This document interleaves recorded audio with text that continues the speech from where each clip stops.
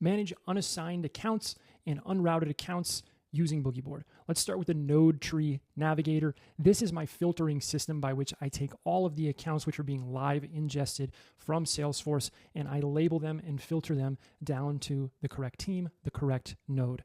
You can see I'm on my North American node here, which has some really simple filter logic set up.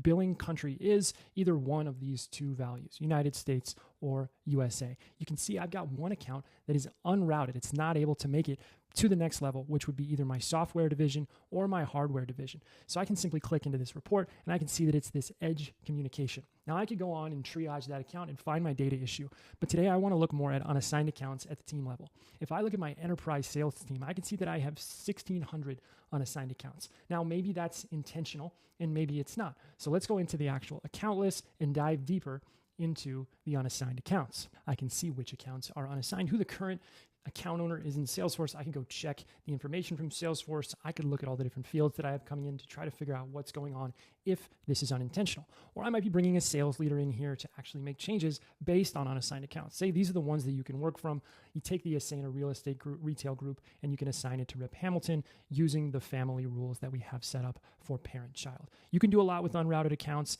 and unassigned accounts to give you the exact territory model your company is looking for.